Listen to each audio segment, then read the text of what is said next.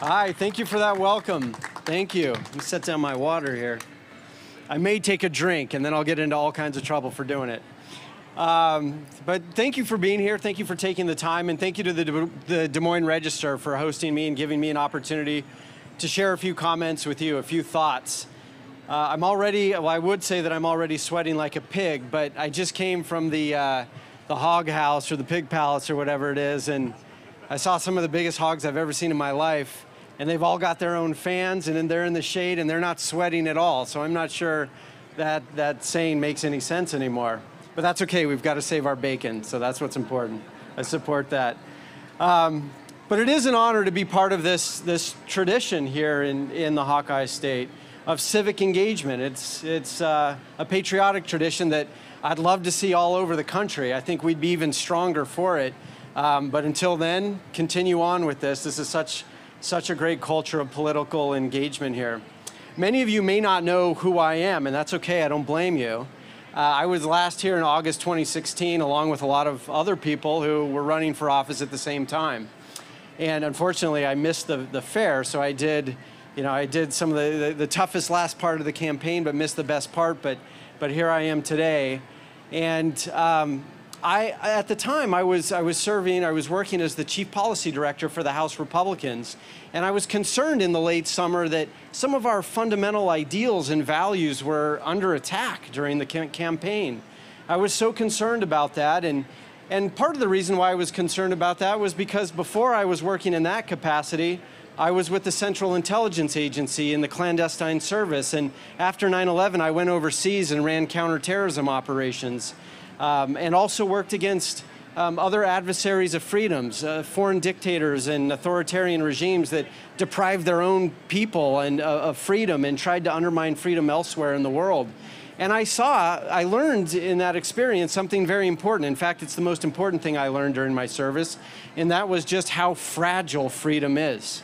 And we live in a country where freedom's pretty strong, but even for us, it's fragile.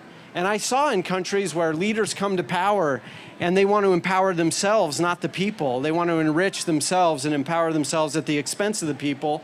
And the first thing they do is they reject the fundamental ideals that, for example, our nation was founded upon, chiefly the fact that we are all created equal and that we are inherently free. Our founders believed that we were endowed by these rights by our Creator, but they also believed that they were self-evident. They believed they were obvious. And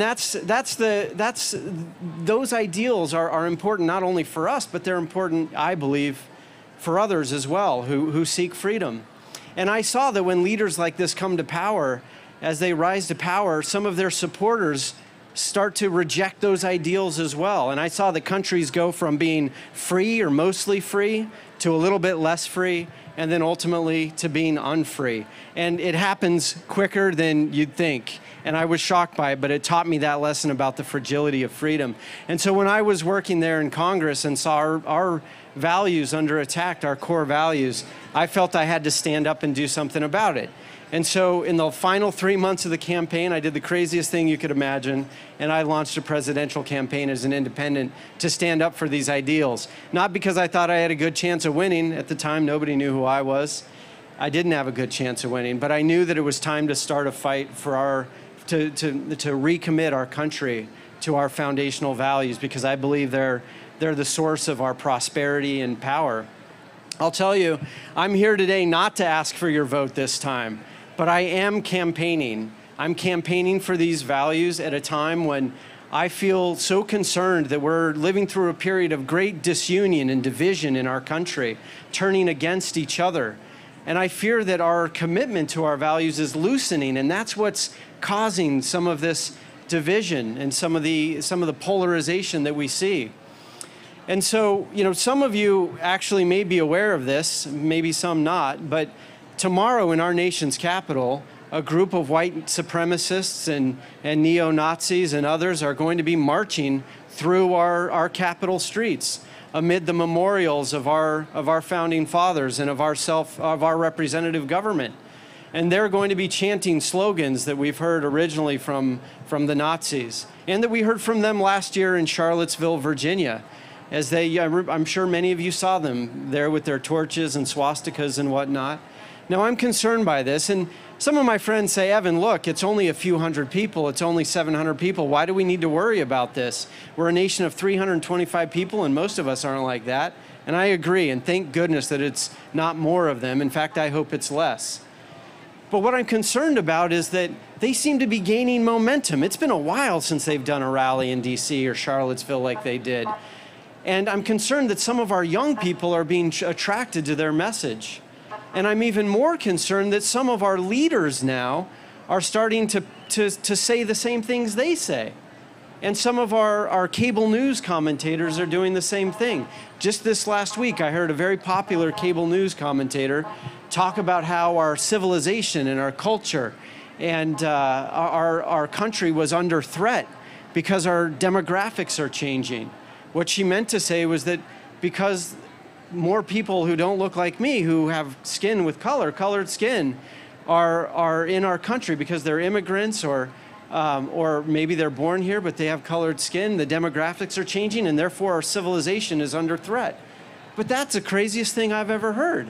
Our civilization, our culture, our country was not based on the color of our skin. Rather, of course, we know, but it was defined by our values. And still today, our country is based on our values. We're defined by our values and our commitment to them. And so I was shocked to hear that from that cable host. But we're also hearing it from some of our leaders who say that, you know, that when immigrants come to our country and have children, that it's a threat to our country, it's a threat to our civilization. That just isn't the case. You know, I also hear from them, you know, more so about immigrants, that, you know, they want us to believe that immigrants that come from Africa or Latin America, that they're dirty, that they're rapists, or that they're violent criminals, and that they're contributing to a crime wave in our country. But I don't think the facts support that. In fact, according to the government's own facts, since in the last 40 years, immigration has increased. In fact, it's doubled. That's true. But what happened is that in that same time period, violent crime has decreased by over 50%. Those are the facts. And more so than that, our immigrants strengthen our military because they bring valuable skills and knowledge that we don't always have otherwise. And that's the same thing in our intelligence services. They also, many people don't know this, but 43% of our Fortune 500 companies, they're founded by immigrants or their children. And of the top 35 companies, it's 57% of them founded by immigrants or their children. But more than all of that, more than their contributions to the military or to business and jobs in this country, what they really bring, most of them, is a knowledge about how freedom can be lost and a deep and abiding love for freedom. And that's their most serious contribution to our country, is their commitment to freedom. It strengthens us all. You know, our founders, they had this radical idea. Their idea was that we are equal to those who lead us. Those who govern are no better than the governed. You know, those who rule are no better than those who rule, or those who are ruled. They believed that our government, therefore, was accountable to us, and they built an entire system of government on that. But, you know, they weren't perfect in that time. Some of them were slave owners, and that presented an inconsistency. And over time, we had to take more steps forward in our fight for equality, and we did. We realized that if some of us were better than others, if we considered some of us superior to others, that we couldn't then consider our government equal to us. And so we see in that fight, the fight of our founding fathers and Abraham Lincoln and Dr. Martin Luther King, we see that the fight for equality is also a fight for our liberty. We see that the fight for someone else's equality, more specifically, is also a fight for our own liberty. And that's my main message here today, folks, is that we need to take a strong stand in this moment in this country for the cause of liberty, because it is the cause of equality, because it is the same cause of liberty. We need to fight for these things. And you know, it's not a surprise for me that some of our leaders and some of our commentators on cable and television and whatnot, the same that attack equality in our country, that say that our culture is under threat, by immigration and people of color. Those are the same people who now attack the independence of our law enforcement, or the separation of powers, or the freedom of press. Those are the people who chant fake media, fake news, some of them. And so we see again that those who attack equality are also attacking liberty. And so, ladies and gentlemen, I'm here to call for a renewal of American politics. I'm here to call for a uniting around our fundamental values in the tradition of our forefathers and foremothers and all the Americans in 1776 who decided to risk their lives for those values. Those values are at the core of our power and our prosperity. Serving overseas, I saw that other countries and peoples wanted to work with us. When we were attacked, they wanted to fight back with us.